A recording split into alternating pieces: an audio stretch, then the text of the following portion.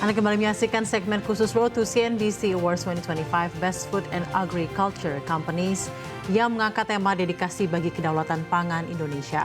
Bersama saya Safrina Nasution, di segmen ini kami hadirkan sesi paparan dari salah satu peraih penghargaan hari ini, yaitu Perumda Dharma Jaya. Dan saya akan persilahkan Direktur Utama Perumda Dharma Jaya, Bapak Raditya Endra Budiman, untuk presentasinya. Silakan Pak. Pak Radit, sudah siap dengan paparannya? Sudah, terima kasih. Silakan Bapak. Baik, terima kasih sebelumnya. Oke, ada beberapa hal yang mungkin nanti kita akan jelaskan di dalam presentasi ini. Yang pertama adalah profil perusahaan, milestone perusahaan, peran strategi perusahaan, capaian kinerja bisnis, tantangan, transformasi, dan juga kontribusi perusahaan, serta rencana strategi ke depannya. Sebagai yang pertama, ini adalah profil dari Perumda Dharma Jaya, di mana Perumda Dharma Jaya ini dibentuk pada tahun 1966, jadi sudah lumayan lama, atas surat keputusan Gubernur DKI Jakarta nomor IB 3217/1966 tanggal 24 Desember 1966. Lalu visi kami adalah berkomitmen menjadi perusahaan pangan protein hewani yang memiliki peran penting untuk pemenuhan kebutuhan protein hewani dan ketahanan pangan masyarakat serta mendorong perekonomian berkelanjutan di Indonesia maupun global. Misi kami adalah mendukung kebijakan ketahanan pangan dan kesejahteraan masyarakat melalui pengelolaan usaha terintegrasi di sektor protein hewani dengan manajemen unggul berbasis SDM dan teknologi, serta tata kelola perusahaan yang baik dan berkelanjutan. Nilai-nilai perusahaan tentunya sangat diperlukan, yaitu satu, integritas, kerjasama tim, profesional, dan fokus pada pelanggan. Kegiatan di Dharma Jaya sendiri ada 5, ya kita bagi menjadi 5. Yang pertama adalah penugasan dan pelayanan, yang kedua komersial, yang ketiga pengemukan, yang keempat rumah potong hewan, dan juga hub logistik. Baik, profil Perumda Dharma Jaya kami tersebar di seluruh wilayah Jakarta. Ada di Kapuk, yaitu rumah potong babi, ada di Cakung untuk rumah potong sapi dan kerbau. Kami juga memiliki meat shop di Penggilingan, PH di Pulau Gadung, meat shop di Mampang, dan juga feedlot di Serang. Jadi tidak hanya di Jakarta. Alhamdulillah, pencapaian dari Perumda Dharma Jaya sejak tahun 2022 adalah satu, kami sudah memperoleh laba. Lalu yang kedua adalah kami menginisiasi cold storage 5.000 ton yang insya Allah akan kami groundbreaking di bulan Desember ini. Yang ketiga adalah kami berhasil mengoptimalkan aset perusahaan dan merevitalisasi sarana produksi. Kami juga sudah memperoleh sertifikasi halal, SNI, ISO, dan meningkatkan level NKV kami menjadi level NKV 1, di mana 1 adalah level yang terbaik. Lalu kami meraih penghargaan P3DN DKI Jakarta tahun 2024 sebagai peringkat ketiga kategori BUMD, dan juga meraih BUMD Award sebagai aneka usaha terbaik sektor rumah potong hewan dari Kemendagri tahun 2023. Milestone perusahaan seperti setelah saya sampaikan bahwa tahun 1966 kami didirikan, dan sampai saat ini tahun 2024 kami sudah mempunyai kemajuan atau roadmap milestone yang jelas. Tahun 2023 kami ada pembukaan 9 gerai Jawara, termasuk toko daging dan meat shop, peluncuran produk Jawara Chicken. Kami juga sudah memperoleh sertifikasi ISO 37001 2016 dan juga penghargaan BUMD Award kategori aneka usaha terbaik. Tahun 2024 kami juga sudah memperoleh NKV dengan level 1 dan sertifikat halal untuk daging serta olahannya. Lalu kami juga sudah memperoleh audit surveillance ISO 37001 dan penghargaan apresiasi dalam program P3DN di DKI Jakarta. Peran Dharma Jaya sebagai perusahaan BUMD yang strategis adalah kita bagi 2, yaitu 1, intervensi stabilitas harga, itu kita bagi 2, yang pangan murah bersubsidi dan kegiatan bazar murah. Ini merupakan program yang untuk memastikan bahwa masyarakat di Jakarta dapat memperoleh kebutuhannya, terutama protein hewani dengan harga yang relatif reasonable atau terjangkau. Kami sudah mendistribusikan sekitar 8.000 ton bahan pangan bersubsidi setiap tahunnya. Itu terdiri dari realisasi daging, ayam, dan juga ikan. Untuk tahun 2025 sampai saat ini kami sudah mendistribusikan sebanyak 8.400 ton, terdiri dari 3.046 ton daging ayam, 3.030 ton daging sapi, dan juga 2.323 ton ikan. Untuk kegiatan Bazar Murah, ini merupakan salah satu langkah kita untuk memastikan bahwa semua produk kita sampai ke masyarakat di setiap kelurahan, kecamatan, dan juga wali kota. Alhamdulillah sampai dengan tahun 2025 ini target kami adalah 695 kegiatan, dan sampai dengan Oktober 2025 kemarin kami sudah mencapai 954 kegiatan, dan ini mudah-mudahan dapat membantu masyarakat dalam memperoleh produk-produk kita ke depan. Capaian kinerja bisnis, alhamdulillah kita juga sudah mencapai peningkatan yang signifikan. Tahun 2023 dan 2024 itu kenaikan kita adalah 361%.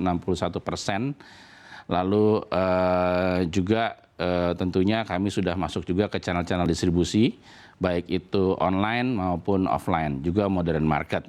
Berikut juga beberapa produk yang kita punya saat ini. Lalu yang kedua adalah penambahan SKU produk, di mana kami sudah mempunyai 591 jenis SKU yang dijual di Midshop dan juga channel distributor Dharma Jaya selama 2024. Untuk sertifikasi, kami sudah memiliki, tadi sampaikan ada NKV, ISO, dan juga halal, semua sudah kami miliki, juga SKP, jadi kami siap untuk melakukan ekspor nanti ke depannya. Untuk pemeliharaan ternak sapi, saat ini kami ada stok sebesar 2.057 ekor, baik itu dari lokal maupun impor selama tahun 2024. Untuk 2025, kami saat ini sudah mengimpor sebanyak 5.000 ekor. Dan mudah-mudahan tahun depan akan menambah lagi menjadi 10.000 atau lebih. Lalu berdasarkan survei kepuasan pelanggan, kami memiliki NPS score sebesar 8,99 dari 250 responden, dan untuk produk adalah 8,86 jadi 250 responden. Ini merupakan hal yang baik. Tantangan dan kebutuhan pasar saat ini memang kita sadari juga bahwa kebutuhan daging sapi di DKI Jakarta adalah menyumbang 17% dari keseluruhan. Dan pasokan itu memang bergantung pada beberapa hal, yaitu bergantung pada daerah, pola konsumsi, rantai pasokan, juga keamanan pangan. DKI Jakarta termasuk dalam provinsi dengan nilai konsumsi daging sapi dan ayam yang tinggi memang. Hampir 90% konsumsi dipenuhi oleh produksi dari daerah lain. Karena Jakarta memang bukan daerah produksi, tapi kita adalah daerah konsumsi. Ketergantungan pasokan mempengaruhi fluktuasi harga dan tantangan ketahanan pangan. Inilah beberapa tantangan yang mesti kita overcome nanti di tahun berikutnya. Transformasi dan inovasi perusahaan. Yang pertama tentunya kami melakukan transformasi di sisi sumber daya manusia, lalu manajemen kinerja dengan tata kelola, internal business process dengan memanfaatkan teknologi digital, juga transformasi perusahaan. Tadi disampaikan juga bahwa manajemen sumber daya manusia itu terdiri dari keselarasan sistem manajemen, peningkatan kompetensi SDM, juga beberapa terobosan yang merupakan inovasi dan prestasi di bidang human capital. Lanjut adalah manajemen kinerja tata kelola, di mana kami saat ini sudah memastikan bahwa sistem manajemen kerja kita berdasarkan KPI. KPI disusun berdasarkan perspektif finansial, customer internal, business process, dan learning growth. Pencapaian KPI tahun 2024, alhamdulillah perusahaan mencapai 87%. Lalu penerapan manajemen risiko, di mana manajemen risiko ini berbasis ISO 31000 2018, digunakan dalam penyusunan, perencanaan, dan penganggaran program kerja jangka pendek maupun panjang perusahaan. Alhamdulillah tahun 2020 ini kita memperoleh skor GCG baik dengan skor 82,386.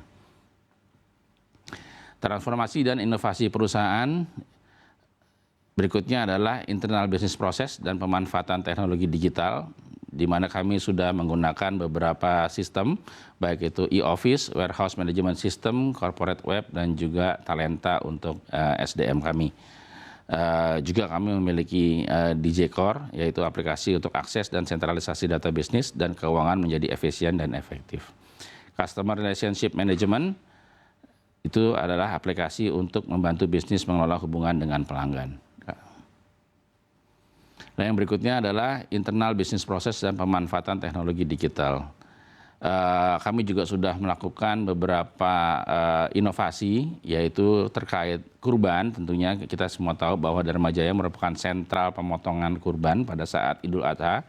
Oleh karena itu kami juga sudah memanfaatkan beberapa teknologi di mana konsumen tidak harus datang menyaksikan langsung ke tempat pemotongan, tapi kami sediakan ruang dan kami sediakan CCTV juga untuk menyaksikan dengan nomor, jadi mereka bisa melihat bagaimana hewan mereka dipotong pada saat kurban. Lalu untuk pangan bersubsidi juga kami sudah mempunyai aplikasi di mana untuk mencegah antrian kami melakukannya dengan cara online. Untuk komersial web dan jawara e-commerce juga kami sudah melakukan inovasi. Aplikasi ini untuk kegiatan pemasaran dan penjualan produk perusahaan dan juga mempermudah pemasaran digital sehingga meningkatkan efisiensi promosi, meningkatkan brand awareness dan juga jangkauan produk. Yang selanjutnya adalah pengembangan infrastruktur di mana kami sudah membangun yang namanya pasar daging. Ini adalah sentral nanti perdagangan daging di Jakarta. Lalu kami pembangunan cold storage sebesar 5.000 ton yang insya Allah akan selesai di tahun 2026. Lalu revitalisasi cold storage yang existing, juga realokasi dan revitalisasi RPH di Kapuk. Pengembangan bisnis justrunya akan pengembangan dari sistem hub channel kita akan tingkatkan. Kepedulian terhadap lingkungan juga tentunya menjadi perhatian kita, di mana kami juga membangun eco park dan memastikan bahwa IPAL kita bekerja dengan baik. Untuk rantai distribusi, kami memiliki beberapa sarana, yaitu motor listrik dan juga modding atau mobil daging. Yang ini yang kita gunakan untuk keliling ke seluruh wilayah Jakarta. Kontribusi perusahaan yang pertama adalah terhadap Pemprov DKI tentunya terkait dengan ketahanan pangan, di mana kami memastikan ketersediaan daging, baik itu sapi dan ayam, juga ikan yang berkualitas untuk program pangan bersubsidi sejak tahun 2017. Lalu sinergi dengan instansi lain tentunya kami juga berkolaborasi bersama baik itu BUMD, SKPD dalam bidang ketahanan pangan dan pelayanan masyarakat. Kerjasama antar daerah karena kami juga sadar bahwa kami bukan daerah penghasil, jadi kami melakukan kerjasama juga dengan beberapa daerah dan diantaranya adalah Jawa Barat, Jawa Tengah, Jawa Timur, NTT, Lampung, Banten, dan Kalimantan. Selanjutnya untuk kontribusi pengendalian inflasi, sebagai anggota TPID tentunya kami berkontribusi dalam pengendalian inflasi, monef harga dan stok mingguan serta mengikuti kegiatan high level marketing, di mana dalam rapat itu kita bicarakan mengenai inflasi yang sedang terjadi di Jakarta. Lalu penguatan cold chain dengan pembangunan ruang pendingin dan armada pendingin untuk mendukung rantai pasok serta distribusi pangan di Jakarta. Distribusi yang efisien tentunya untuk memperluas jaringan distribusi channel dan retail modern untuk menjaga ketersediaan pangan dan distribusi yang lebih terjangkau. Penyediaan ruang terbuka hijau merupakan salah satu program dukungan kita kepada Pemprov Jakarta untuk mendukung pembangunan kota Jakarta yang ramah lingkungan dengan memperluas lahan hijau. Rencana strategi tahun depan adalah seperti disampaikan, yaitu pembangunan cold storage. Kami juga meningkatkan supply chain, kami akan masuk ke sektor sapi perah, di mana kami juga akan akan melakukan peternakan sapi perah untuk mendukung program kecukupan susu di Indonesia. Lalu diversifikasi produk dan juga teknologi hijau. Terakhir adalah Perumda Dharma Jaya terus berkomitmen memastikan ketahanan pangan Jakarta melalui inovasi, transparansi, dan layanan yang berkelanjutan. Dharma Jaya tidak hanya menjaga ketersediaan, tapi juga membangun fondasi kuat bagi masa depan Indonesia. Healthy food for a better life, itu moto kita. Terima kasih dari saya, sekian.